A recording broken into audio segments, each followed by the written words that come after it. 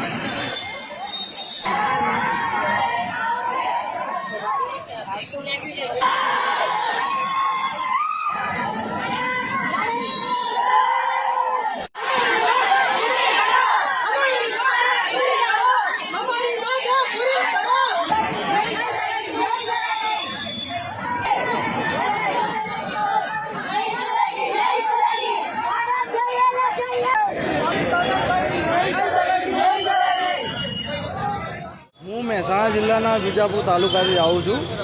છેલ્લા હું 2 વર્ષથી કંઈ કામ ધંધો નહોતો કરતો, સ્પેશિયલ જીબીની પરીક્ષા માટે તૈયારી કરતો હતો।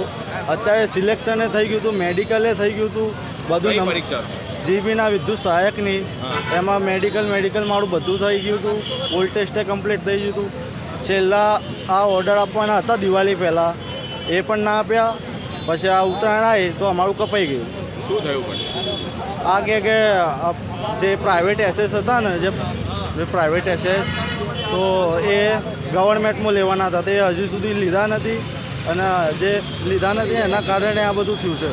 અચ્છા, આખી પરીક્ષા રદ કરવાની વાત આવી છે? હા, આખી પરીક્ષા એ લોકો જેટકોવાળા એમ કહે છે કે આ પોલ ટેસ્ટનું બધું લોચો છે, પણ એ નથી એવું બધું। અમારા લોકોને એવું કહેવું છે કે જે 1500 કે એવા એસએસઓ હતા ને એ બધા પ્રાઇવેટમાં જ રાખવા। જેટકોનું એવું છે પ્રાઇવેટમાં રાખવા અને લેવા નહીં ગવર્મેન્ટમાં। હું લુણાવાડાથી આવું છું। પરીક્ષા અમારી વીએસની છે એ રદ કરી દેવામાં આવી છે, જે લીધા આજે કંઈક 3 કે 4 મહિના થઈ ગયા છે એ વાતને, અને ડોક્યુમેન્ટ વેરિફિકેશન અને એ બધા કરતાં બી 3 મહિના થઈ ગયા। હવે અમને એમ કહેવામાં આવ્યું છે કે તમારે પોલ ટેસ્ટમાં કંઈક ક્વેરી આવી છે। હવે પોલ ટેસ્ટ કરે અમારે આજે 10 મહિના થઈ ગયા છે। હવે 10 મહિના પછી આ લોકોને ખબર પડી કે તમારે પોલ ટેસ્ટમાં ક્વેરી આવી છે, અને અમારા જે કોલ લેટર હતો એમાં સ્પેશિયલ લખેલું હતું કે તમારે કોઈ બી પોલ ટેસ્ટમાં પ્રોબ્લેમ હોય તો સ્થળે જ તમારે નિવાકરણ લાવી દેવું એનું। તો હવે આ લોકો એમ કહે છે કે તમારે પોલ ટેસ્ટમાં ક્વેરી આવી છે। પરીક્ષા હતી આ? વીએસ એક્ઝામ, વીએસની ઇલેક્ટ્રિક આસિસ્ટન્ટની એક્ઝામ હતી। ચાલો ભાઈ ચાલો। નામ તમારું? પટેલ અંકિત। અમારી પાસે 2 રસ્તા છે।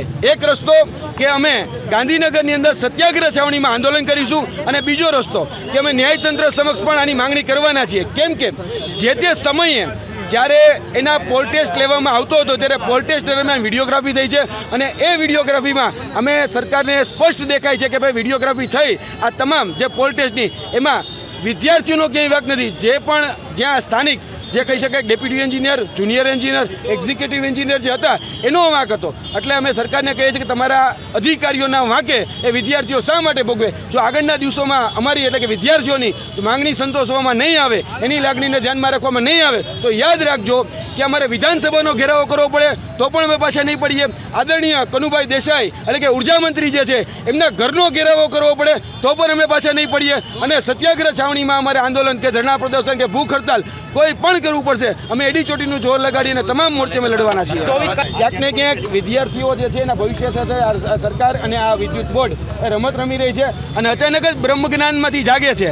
અચાનક જ કુંભકર્ણ નિંદ્રામાંથી એને 9 મહિના પછી ખબર પડે છે કે ભાઈ આ જગ્યા પરીક્ષામાં ગેરરીતિ થઈ. અત્યાર સુધી તો આ પરીક્ષામાં ગેરરીતિ થઈ એને ખબર જ નથી પડતી. સરકાર કોઈ પણ સંજોગોમાં અવાજ દબાવવાનો પ્રયત્ન કરે પરંતુ અમારો અવાજ દબાશે નહીં, કેમ કે અત્યારે જે વર્તમાનમાં જોઈએ તો સરકાર કોઈને કોઈ રીતે હથકંડા અપનાવી આગળ પોલીસને ધરી પોલીસના ઇશારે કોઈ પણ સંજોગોમાં અવાજ દબાવતી હોય છે. પરંતુ અમે વિદ્યાર્થીઓ સાથે છીએ, વિદ્યાર્થીની વેદનાના વાચક છીએ અને આગળના દિવસોમાં એડી ચોટીનું જોર લગાડીને તમામ મોરચે લડવાની અમારી તૈયારી છે. ભાઈ હું આમાં કશું ના કહી શકું. આ મેનેજમેન્ટનો સબ્જેક્ટ છે.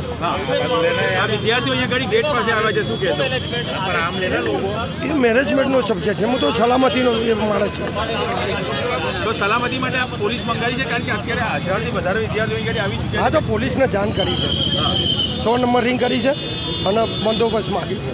લોકોને જે વિદ્યાર્થીઓ આવ્યા છે એને ભારે એ લોકોમાં ભારે નારાજગી છે આ મામલે, શું કહેશો? મારો આમાં કશું ના કહેવાય. હું સલામતી વિભાગ સંભાળું છું એટલે મારો આનાથી કોઈ શબ્દ નહીં. આપ માનો છો કે વિદ્યાર્થીઓના ભાવિ સાથે છેડા? નહીં એ મારો સબ્જેક્ટ નથી સાહેબ, અમારો સબ્જેક્ટ નથી. આ મેનેજમેન્ટ જોવો છે બધું. અમારું કામ છે બંદોબસ્તનું.